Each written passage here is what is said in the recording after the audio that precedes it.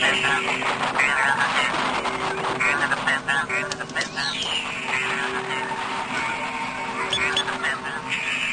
listening to 91 Reasons, a journey into the twisted landscape of pop culture. Keep your hands and arms inside the podcast at all times. And now, the voice, Jeff Tucker.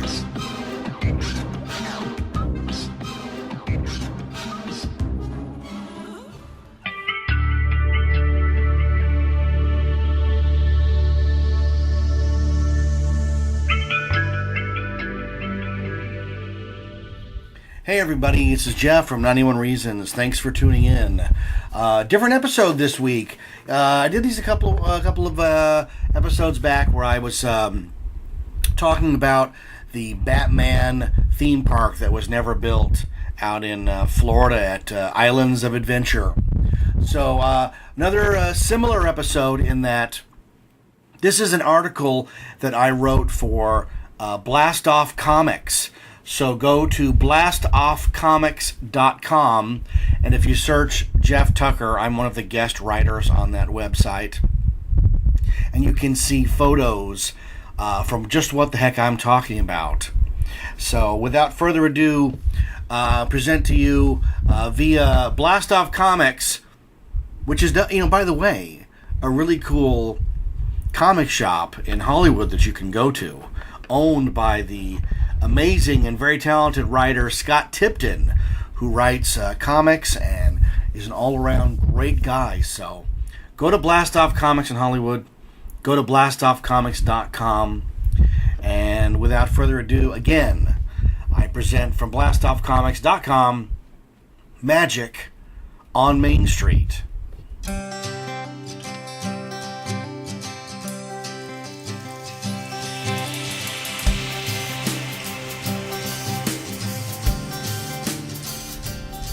You know that thought we all have during a magic show when we wonder what would it be like to go backstage after the show and see how all the miracles are accomplished? How we'd stumble backstage into a world of rabbits and top hats, of silver cups and magic wands, and find that maybe it's real magic and not just sleight of hand. That actually happened to me, but not in the way you might think. You see, I pulled back the curtain on a completely different kind of magic show. I stepped backstage into a different set of secrets. I got a job at Disneyland. Now, being in the theme park industry at another park that will remain nameless, let's just say it rhymes with Knott's Berry Farm. See, I have a friend, I have lots of friends who have worked at the House of Mouse for years, but I never thought about taking a job there. When the chance to join the park as a cast member materialized in a form that would allow me to be the fill-in guy for a show, instead of committing to a full-time position, I jumped at it. The only trepidation I felt was worrying that working at the park would destroy the magic I had felt going there as a guest my whole life. Would stepping backstage and uncovering the mysteries somehow change the park for me? I put those thoughts aside, and when I auditioned for the role of the mayor of Frontierland, I was promptly hired for the show. Rehearsals for the show went by in a whirlwind, and before I knew it, I was donning my top hat and frock coat and heading out to the Golden Horseshoe to start my show right out front. It's hard to describe the feeling I had that first day. Having been an actor for years, I wasn't nervous. No, it was another kind of feeling. It was that strange sensation when you ask yourself, how did I get here? Have I gone through the looking glass? People from all over the world look forward to their day at Disneyland, and I felt myself becoming part of their memories. The show I was in brought people up to join in the fun, and there's something so amazing about making impressions on people that you know will last a lifetime. Children look at you in awe, and adults eye you with a little bit of envy, and who could blame them when you're having as much fun as I was at quote-unquote work. We did 5 to 6 15-minute shows a day, and I found there was enough downtime to actively go out and explore the backstage world of Disneyland. Any thought I had about ruining the magic evaporated, as the inner workings of Mickey's home were just as fascinating as what happened in front of the guest. I had lunch at a restaurant that was buried within the Pirates of the Caribbean attraction. Sometimes you could actually hear the boats plummeting down the chute as you chowed on your French dip sandwich.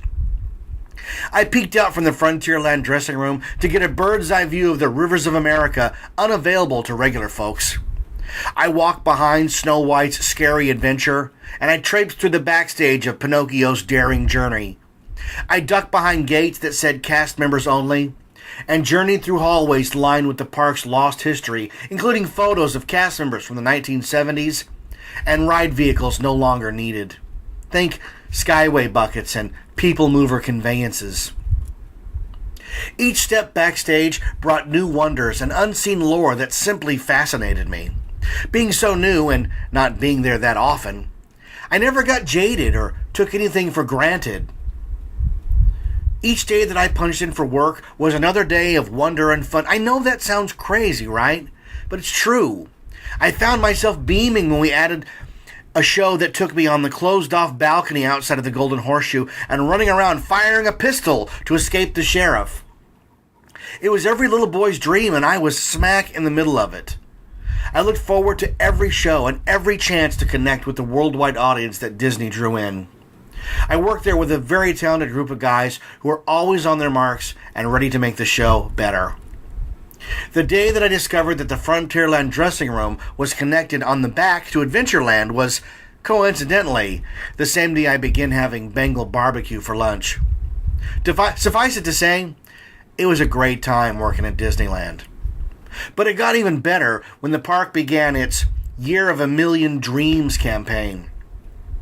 Part of the promotion involved cast members randomly selecting guests in the park and bestowing them with gifts, such as specially decorated Mickey Mouse ear hats or free churro coupons.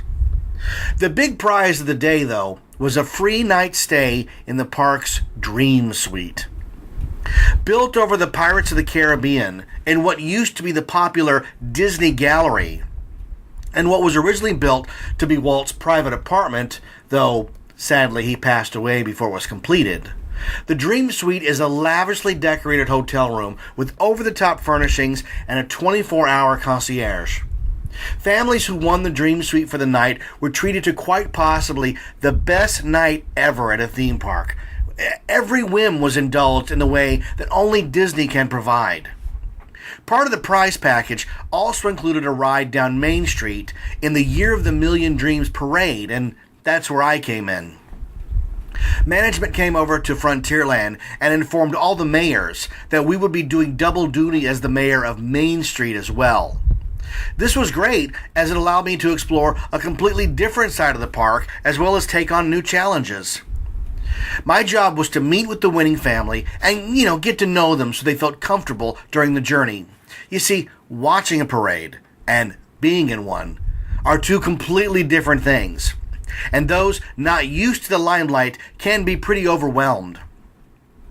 I have vivid memories of meeting so many wonderful families, hearing their stories, and making the trek from It's a Small World to the Main Street Opera House with them. To complete the show, I was given a live microphone to use during the parade that broadcast my voice into every corner of Main Street. Okay, for once, I was a little nervous. Doing a show in front of the Golden Horseshoe or meeting with guests is one thing. Announcing during a parade for thousands of people is quite another. The first parade was amazing. I can remember every moment of stepping into the car for the first time, heading out past It's a Small World, and creeping by Alice's Adventures in Wonderland. Everything was fine. I announced the family's name and what they had won, and I made eye contact and joked with the people who had camped out to watch the parade. Then, we rounded the hub. That's the circular portion of the park right in front of Sleeping Beauty's castle that offers avenues to all the amazing lands. And that's where I got my first look straight down Main Street to the railroad station all the way at the other end. 20,000 plus people. It took my breath away. I raised the microphone and I said, "Hello, Main Street! Thousands cheered as if I was Mickey Mouse himself. What a rush. The next 10 minutes or so flew by as we made our way down Main Street and into the small pocket next to the Opera House. It was exhilarating, let me tell you. I thanked the family and then ducked backstage to return my microphone. Even that was a kick, as the sound booth was located up a massive staircase and tucked away above the Opera House itself. Along the way were various backstage offices and more display cases of Disney's past. I'm sure the sound engineer was quite puzzled when he took the microphone away from a guy as happy to be at work as I was. Happily, the Year of a Million Dreams campaign ended up lasting nearly 18 months, and I had many opportunities to parade down Main Street with the winning families. Along the way, the park upgraded the Main Street fire engine we had been traveling in to a fully equipped parade float made to resemble an antique car. To accommodate guests of every size, stature, and mobility, the car, in quotes, had more bells and whistles than Chitty Chitty Bang Bang. Every door opened multiple ways, every seat can be removed and reconfigured or resized to fit children and adults from every walk of life. It was a time machine made to take its occupants back in time to the turn of the century America, just like Walt Disney himself had grown up in. I liked participating in the parade so much that I would go in just for the 30-minute shift to act as mayor. Parking backstage, walking through hidden hallways and covert break rooms to perform for thousands of people?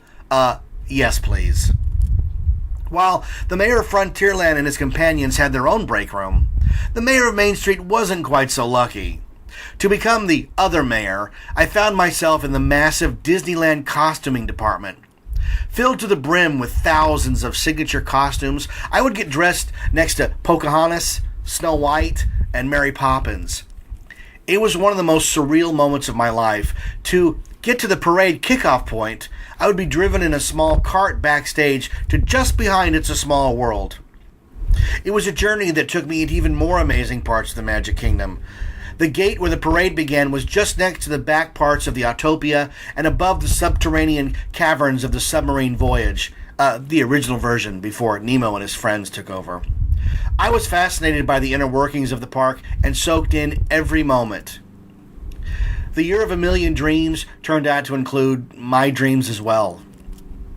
Sadly, the economy took a turn for the worst in 2008 and 2009, and I found shifts harder and harder to get, as cast members rarely called in for shifts anymore. There wasn't much need for a fill-in guy when there was nothing to fill in. But Disneyland left me with one final set of memories before I packed up my gear and headed out the gates. It was Christmas time, and the citizens of Frontierland were rehearsing a new show for the holiday season. In order to have full run of the playing field, it was necessary to conduct rehearsals in the wee hours of the morning. You see, you can't rehearse when there's any chance that guests will see what you're up to. So it was that I found myself parking and entering the park behind New Orleans Square at 4 a.m. With all the gates locked up tight, I had to get creative as my progress was continually being blocked at every turn. There are many passages that end in work areas, break rooms, or offices, and it's easy to make a wrong turn. Eventually, I passed behind the Haunted Mansion, and I got my first glimpse of the park that morning from behind the New Orleans Square Railroad Station. You know, the one that has Walt's opening day speech via Morse code on a continual loop? I stepped through a door and discovered that I was on the train tracks themselves. I was in no danger, as the locomotive wouldn't be in operation for many hours, but it was a thrill nonetheless. Walking through Disneyland in the dark of night like that made me feel like I was the last man on Earth. I ignored the occasional gardener and really soaked in the sights and sounds of the park without anyone really in it. Empty ride queues, unmanned food carts, and walkways splashed with water in preparation for the day's activities gave the entire affair a magical air. I joined my friends in rehearsal and marveled at the fortune I had of being at Disneyland nearly alone. To cap off the night, I took the long way out and reenacted Walt's famous jaunt through Sleeping Beauty's castle. It was the perfect end to my tenure at the Magic Kingdom. I look upon those days with great memories and unforgettable moments. Any thoughts I had about spoiling the magic were completely unfounded, and the experience enriched my life in ways it's hard to describe. I cherish my days at Disneyland and still have that childlike feeling every time I spin through the turnstiles. There's still magic on Main Street, and it's not so far away.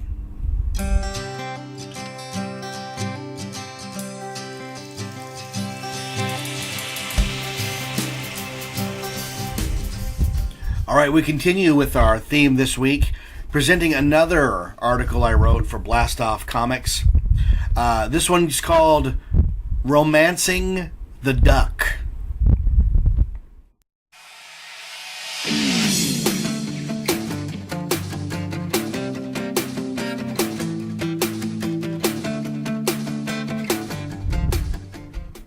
With Back to the Future filling movie theaters all across the country in 1985, it was easy to see that the main cast members were definitely going to be back on the screen for years to come.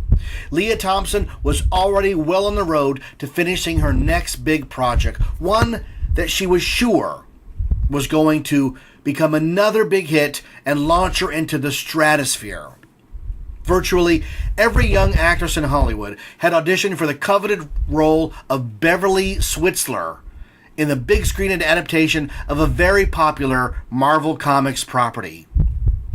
That it was the first Marvel project to hit the silver screen was the icing on the cake. It was being produced by mega producer George Lucas and written and directed by the same team that had helped bring both Indiana Jones and the Temple of Doom and More American Graffiti to audiences around the world. Wait, there was a sequel to American Graffiti? How come I've never heard of it? Oh, it bombed big time. Hey, I'm sure that's just a fluke. Just about everything else that George Lucas has touched has turned to gold. And this is Marvel Comics. Marvel Comics, the home of Iron Man, Thor, Captain America, and the Avengers. What could go wrong? Oh, it's 1986. Long before any of those now iconic movies have even thought of making the leap from comic to page to screen, right? This is Howard the Duck we're talking about. Howard the Duck. Quite possibly the most infamous movie misfire of the 1980s. But we're not here to heap any more bile onto poor old Howard. We're here to examine an overlooked part of that box office bomb. Oh, did I did it again? I'll try to keep it positive from here on. Howard the Duck opens with our title character at home on Duck World, coming home after a hard day at work. He just wants to sit, drink something with a kick, and crack open the latest issue of Play Duck. As we meet Howard, we find that he's hardworking, single, and not interested in anything but himself. He's a typical guy in his 20s, although his age is never quite revealed in the film. He's looking for nothing more than a good time. Fate, it seems, has other ideas for Howard. A moment later, he's whisked far from home and deposited on a strange alien planet alone and confused. Not too long after, he meets Beverly Switzler, as played by the aforementioned Lea Thompson. Lea's Beverly sees something in this strange duck creature and decides not only to take him home, but to help him find his way back to wherever he came from. Beverly is the lead singer of a band called Cherry Bomb and has no luck with either band managers or men in her life. Beverly and Howard make a connection in that litter-strewn alley in Cleveland and decide to throw their lots together in a bid to find something better. Through Beverly's eyes, we see Howard as more than just an alien in a strange world he never created. When Beverly goes through Howard's wallet, we see a bit more of his life and a strange moment where Beverly actually finds a prophylactic. And for about the 10th time, you've had to remind yourself that this is a kid's movie. Never mind that not a single child in the audience had any idea what that was supposed to be. After a disastrous attempt to figure out Howard's origins, from Tim Robbins no less, it's back to the apartment for these two star-crossed lovers, and here's where our story takes a strange turn. For some inexplicable reason, the movie decides to strip Beverly down to her very skimpy underwear. Not that I minded, I was obsessed with Back to the Future. And not having discovered the Tom Cruise movie All the Right Moves yet, look it up. You're welcome. I was stunned at the scene. Beverly and Howard play out a very strange seduction scene. Howard is shown ogling Beverly's nearly naked body and remarking how he's taken on an appreciation of the human female form. She scoffs at him, and as they get into bed, Howard makes the following offer. "Love is strange, toots. We could give it a whirl." He literally gives her duck lips and is stunned when she agrees to submit to his wily charms. Howard doesn't quite know what to do, along with us, the audience, and it's a relief to both him and the folks munching on our popcorn when the scene is interrupted by the authorities who frown on what is about to go down. Soon, they are whisked away to a secret government lab to discover the secret of how Howard was brought to Earth. The lead scientist, gamely played by resident 80s authority figure Jeffrey Jones, is soon taken over by something called an intergalactic overlord, a far-off space creature with plans for space and world domination. Beverly is taken captive, and it's up to Howard the Duck to rise up and be the hero that he needs to be to save both the girl he loves and the planet he now calls home. The film itself is a bizarre mixture of expensive special effects and shoddy writing that never seems to find its webbed footing.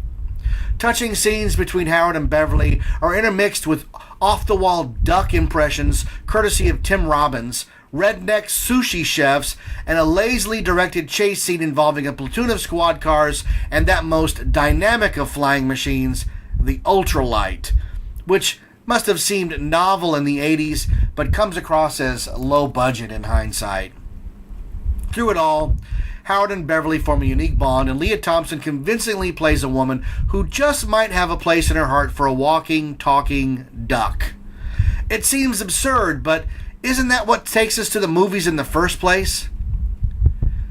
You know, just this past few summers, we thrilled to the hijinks of a talking raccoon who could both fire a laser cannon and formulate a complex jailbreak. Had he reached over and planted one on Gamora, we probably would have cheered. She would have kicked his raccoon ass, but that's between them, thank you very much. But look how far we've come in the Marvel Universe. And like it or not, the genesis was Howard the Duck and the sweet story of a rocker and a lost duck. With Beverly the captive of the now fully possessed Dr. Jennings, it's up to Howard to save the day. The twist comes when Howard realizes that the only way to save Beverly is to give up any chance of going home.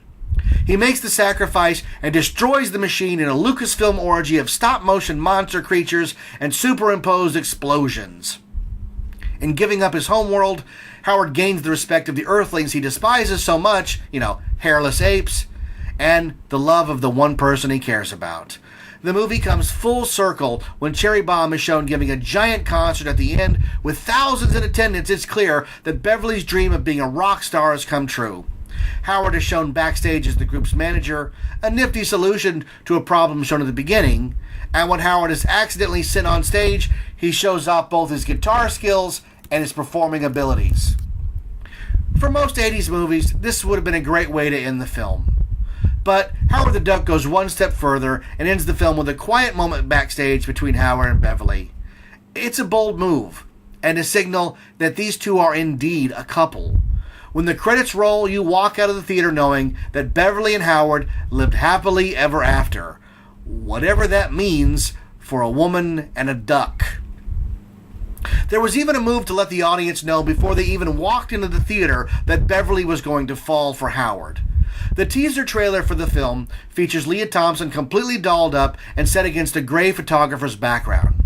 She gushes about the new man in her life, and everyone thinks is a hero, and how she only wants to run her fingers through his, wait for it, feathers. It's an odd trailer that is set after the events of the movie. Beverly is seen cooing about this amazing hero who has touched her soul. Her eyes are glazed over, and her hair is as high as the moon.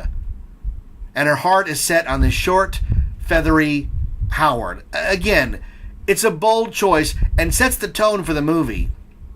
As someone who has read a few Howard the Duck comics long before the movie, it was strange to see the duck on the big screen. The producers kept Howard out of the teaser trailer, hoping to keep his appearance a surprise until the film's release. A similar campaign worked for Steven Spielberg's E.T., where only the character's fingers were shown in the poster. The problem is that E.T. was a gentle character whose unusual appearance needed to be spoon-fed to the audience who had no clue of his intentions. Howard is a duck. We know what ducks look like, and his reveal in the first few seconds of the film is not that surprising. It's interesting to note that the producers felt his look was a bigger reveal than his relationship with a human. There were cries of bestiality upon the film's release, which is interesting, as Beverly and Howard only share a kiss on screen. The one hint of a physical relationship is shown as a joke on Beverly's part, a terror on Howard's, and one of disgust by the group of men who invade the apartment just then. Alternately, when Belle kisses Beast in Disney's Beauty and the Beast just a few years later, audiences cheered and applauded through tears. What a difference a few years and a film's tone makes. On the other end of the spectrum, when Gina Davis is shown giving birth to a baby-sized maggot in David Cronenberg's The Fly, theater goers nearly vomited on the person in front of them. Howard the Duck's portrayal of a loving relationship fell somewhere in the middle, with audiences simply staying away due to the insane concept of the film and the lackluster trailer that, when it finally revealed Howard, was sadly too late to prop up the box office. Could this be another tragic love story to lay at the feet at producer and creative mastermind George Lucas? Remember, this is the guy who gave us a passionate kiss between a brother and a sister, a loveless romance between a Jedi and a senator, and hooked up Indiana Jones with Karen Allen in order to give us a character named Mutt. Love and Roses is not Mr. Lucas's strong suit. But I'm the guy who defends Howard the Duck. I saw it twice at the theater, on opening night at the Big Show and the next Friday at the Dollar Show. Seriously, it was gone from theaters that quick. I was able to look past the more obnoxious parts of the film, Howard working at a sex club, and I could see the film for what it was trying to be. A sweet love story between an alien and a human. Was it Starman? No, but it's not a terrible film either. And hey, does Karen Allen's great turn in that John Carpenter film redeem her Crystal Skull debacle? Probably. Recently, I met Leah Thompson at a DVD signing for a recent film she made. She made a joke at her appearance in the first big-screen Marvel Comics movie and how it was a miracle her movie didn't kill the idea of comic book movies forever. I defended both the film Howard the Duck and her performance. If you're talking about box office receipts, Punisher Warzone made $6 million less than our Duck. And if you want to talk faithfulness to the comic book, then I suggest Fox Studios' Fantastic Four films. Howard the Duck, as bad as you think it is, at least it's somewhat similar to the source material. The Fantastic Four and Fantastic Four Rise of the Silver Surfer and, the reboot they did are only somewhat reminiscent of their comic book counterparts. You laugh at the Dark Overlord, I laugh at Doctor Doom sharing an origin story with Mr. Fantastic. I actually got into an argument over the merits of Howard the Duck with another woman in attendance that turned out to be Leah Thompson's sister. I'm not sure if I won the argument or not. I can say that the proof of Howard's endurance can be seen in the after-credit stinger of the first Guardians of the Galaxy, where our martini-drinking hero makes a crack about a dog licking Benicio the Collector del Toro on the face. Audiences went wild when Howard showed up in the big-budget Guardians movie.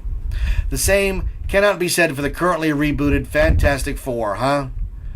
I think part of that appeal is Howard's infamy, but maybe it's because audiences back in 1986 truly believed that a woman could love a duck.